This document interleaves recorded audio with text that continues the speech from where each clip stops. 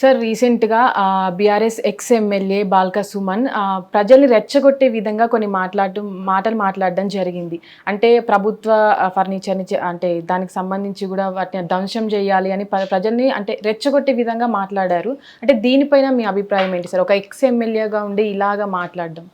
అంటే ఒకటేందంటే ఇప్పుడు ఫ్రస్ట్రేషన్‌కు గురైతా ఉన్నారు ఇప్పుడు బీఆర్ఎస్ లీడర్లంతా గూడా. అంటే 10 సంవత్సరాలు అధికారంలో నుండి అధికారం కోల్పోయిన తర్వాత ఏం చేయాలో అర్థం కాని పరిస్థితులలో కాంగ్రెస్ పార్టీ చేస్తున్న అభివృద్ధి పనులను ఓర్చుకోలేక అంటే విధ్వంసాలకు దారి తీయాలి, మిలిటెంట్లను తయారు చేయాలి, నక్సలైట్లను మళ్ళా పుట్టియాలి. ఎప్పుడో నక్సలిజం అనేది మొత్తం పూర్తిగా తొలగించబడింది. ఎప్పుడు 2004, 2005 ఆ ప్రాంతంలో రాజశేఖర రెడ్డి ఎప్పుడైతే ముఖ్యమంత్రి అయినారో నక్సలైట్లు అందరిని కూడా జనజీవన స్రవంతిలోకి రావాలి అండ్ వైలెన్స్ పూర్తిగా నిర్మూలించాలి అండ్ ప్రజాస్వామ్యబద్ధంగానే ప్రజాస్వామ్యంలో ఉండి కొట్లాడండి అని చెప్పిన తర్వాత చాలామంది అప్పుడు మనం చూస్తే నల్మల అడవుల నుంచి కూడా అందరూ కూడా వచ్చేసి జనజీవన స్రవంతిలో కలిసిపోవాలి, ప్రజల్లో మమేకం కావాలి, ఈ నక్సలిజం అంతా కూడా పూర్తిగా కాలరాయబడాలి.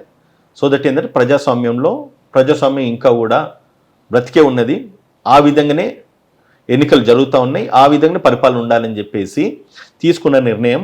దాని తర్వాత నక్సలిజం అనేది కూడా పూర్తిగా అణచివేయబడడం జరిగింది. ఇప్పుడున్న రాష్ట్ర ముఖ్యమంత్రి కూడా నక్సలైట్లు ఎవరైతే ఉన్నారో వాళ్ళందరూ కూడా బయటకు వచ్చిన వాళ్ళు, సరెండర్ అయిన వాళ్ళకందరూ కూడా సుమారుగా 25 నుంచి 50 లక్షల అవార్డు ఇస్తూ ఆయనే ప్రజల్లో కలుపుతూ ఉన్నారు.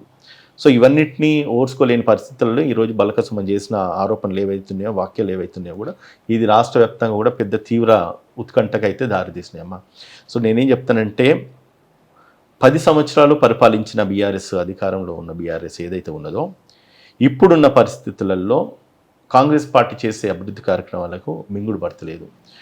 ఆయన చేస్తున్న ఈ మిలిటెంట్ విధంగా అంటే మిలిటెంట్లు తయారు కావాలి, పట్టాలు గోయాలి, లేదంటే కనుక సింగరేణి భవన్లు తగలబెట్టాలి, లేదంటే కనుక జిఎం ఆఫీస్ను పేల్ చేయాలి, కూల్చేయాలని ఏదైతే వాక్యాలు మన బీఆర్ఎస్ పార్టీ కార్యాలయంలో చేసిందో అవన్నీ కూడా సమర్థించది అండ్ కాంగ్రెస్ పార్టీ దీని మీద పూర్తిగా సీరియస్గా ఉన్నది.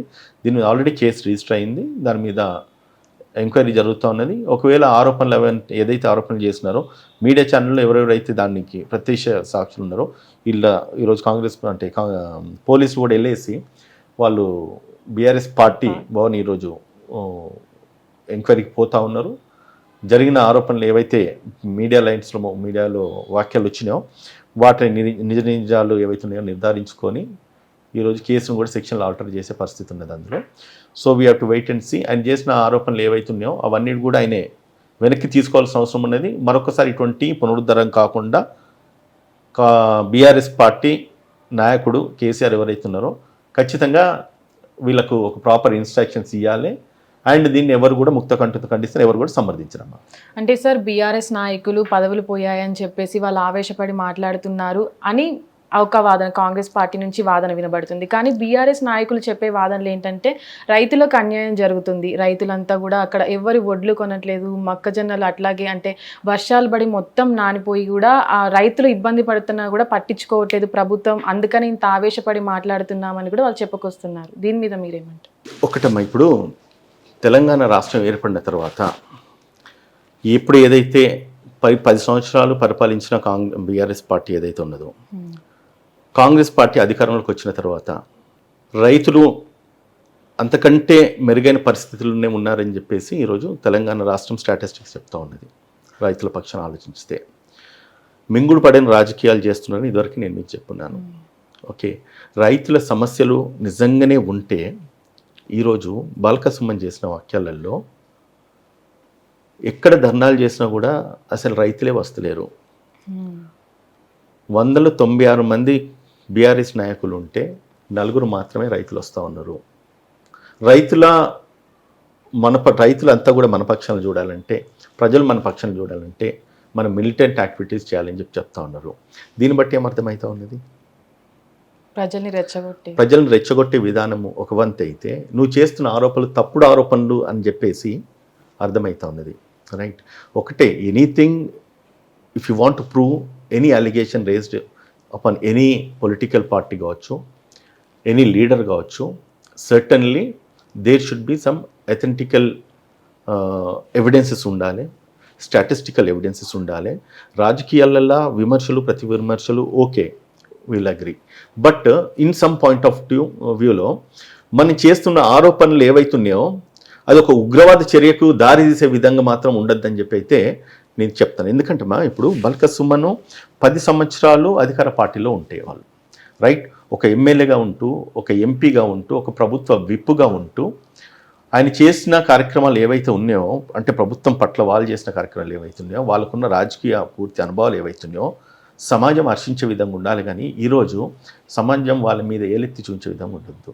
అండ్ నీకు మనగడ లేదు అనేది ప్రజలు ఈరోజు చెప్తున్నారనే విషయాన్ని నువ్వే అంగీకరిస్తూ ఉన్నావు రైట్. ఇంకొకటి కూడా చెప్తా, మీరు ఒకవేళ ప్రజాస్వామ్యబద్ధంగా ఎన్నుకున్న తర్వాత ప్రజాస్వామ్యంలో ప్రతిపక్షం ఎంతైతే ఇంపార్టెంటో ఆ ఒక ప్రతిపక్షము చట్టసభలలో కూడా మాట్లాడాల్సిన అవసరం ఉన్నప్పుడు మీ నాయకుడు వచ్చేసి ఎక్కడ మాట్లాడతలేడని ప్రజలు అనుకుంటా ఉన్నారు కదా. ఫామ్ హౌస్కే పరిమితమై ఉన్నాడని చెప్పి అనుకుంటా ఉన్నాడు కదా. నిజంగా రైతుల పక్షాన మీకు అంత గనక చిత్తశుద్ధి ఉండుంటే కనుక నువ్వు వచ్చేసి అసెంబ్లీలో మాట్లాడమని చెప్పి పదే పదే ముఖ్యమంత్రి రేవంత్ రెడ్డి గారు ప్రతిపక్ష నేతని, సీఎంను, మా కేసీఆర్ను ఇన్వైట్ చేయడం జరిగింది రైట్. సో అటువంటి సిచ్యుయేషన్స్లో కూడా మౌనం వహిస్తూ అసెంబ్లీ కూడా రాకుండా ఇటువంటి నాయకులను బయటికి పంపించి ప్రజల మీద ఉసుగొల్పుతున్నాడు చూడండి, అది మాత్రం ప్రజలు హర్షించరు.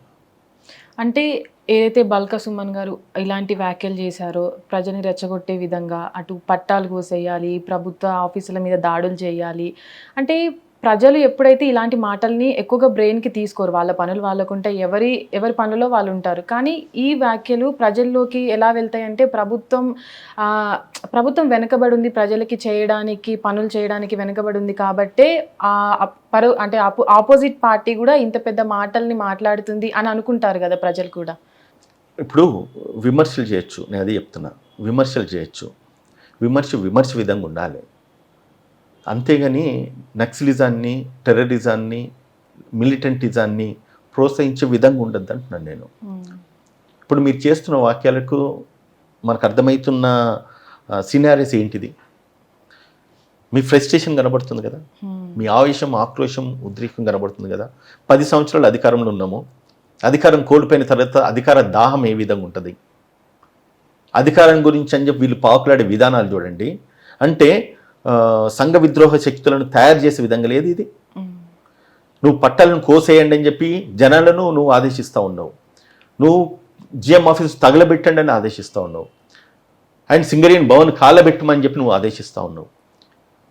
ఎప్పుడే కానీ నాయకుడు ఎప్పుడైతాడంటే ప్రజల్లో కానీ లేదంటే కనుక కార్యకర్తల్లో కానీ కలిసిపోయేసి వాళ్ళు చేసే కార్యక్రమంలో భాగస్వాములు అయితే he will become a leader. But the way ఈయన బిహేవ్ చేసింది ఏదైతుందో టెర్రరిజాన్ని ప్రోత్సహించే విధంగా ఉన్నది. దీన్ని బట్టి వీళ్ళు నాయకులు అవుతారని అన్నానికి లేదు. తెలంగాణ రాష్ట్రంలో ఉద్యమాలు చేసినప్పుడమ్మా 1200 మంది లేకపోతే 1500 మంది చనిపోయిన వాళ్ళు ప్రాణత్యాగం చేసినారు సుమారుగా. కానీ ఏ నాయకుడు ఇంట్లో నుంచి ఒక వ్యక్తి కూడా చనిపోలేదు రైట్. అది చూసి నాటి కాంగ్రెస్ పార్టీ ఏఐసిసిలో, యూపీఏ గవర్నమెంట్లో సోనియా గాంధీ గారు తెలంగాణ రాష్ట్రాన్ని ఇవ్వడం జరిగింది.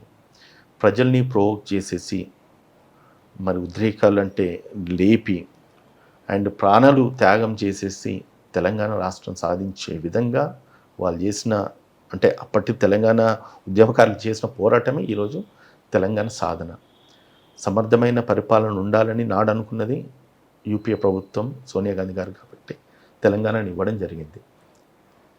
ఈరోజు ఏ కొట్లాట చేసేసి ఎంతైతే పోరాటం చేసి తెలంగాణ సాధించుకున్నామో, ఏ వనరులు అయితే ఉన్నాయో ఈ ప్రజలకు సంబంధించిన వనరులను నువ్వు తగలబెట్టండి, ధ్వంసం చేయండి, కాలబెట్టండి అని అంటే మరి తెలంగాణ కొట్లాడి తెచ్చుకున్నది ఎందుకైనా?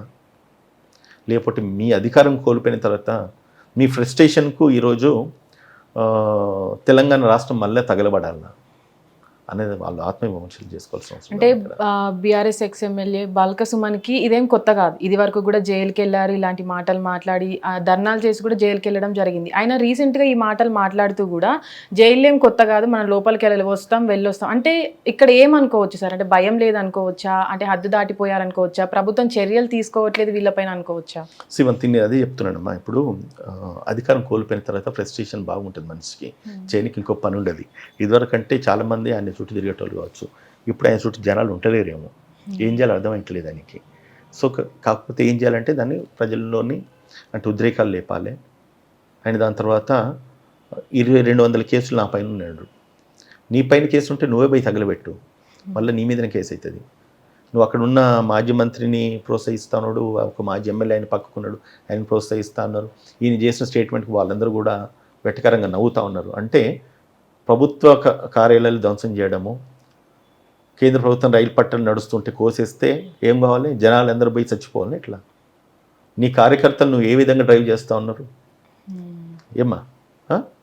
రైలు పట్టాలు కొట్టేస్తే దాని పరిణామాలు ఏంటి ఏమైతాయి అంటే బీఆర్ఎస్ పార్టీ అంటే అంతే కదా. ఇప్పుడు అంటే రైలు పట్టాలు కోసేయాలంటే ధర్నాలు చేయాలి, రాస్తా రోకలు, రైలు రోకలు చేయాలి, రైలు పట్టాలు కోసేసేయాలి.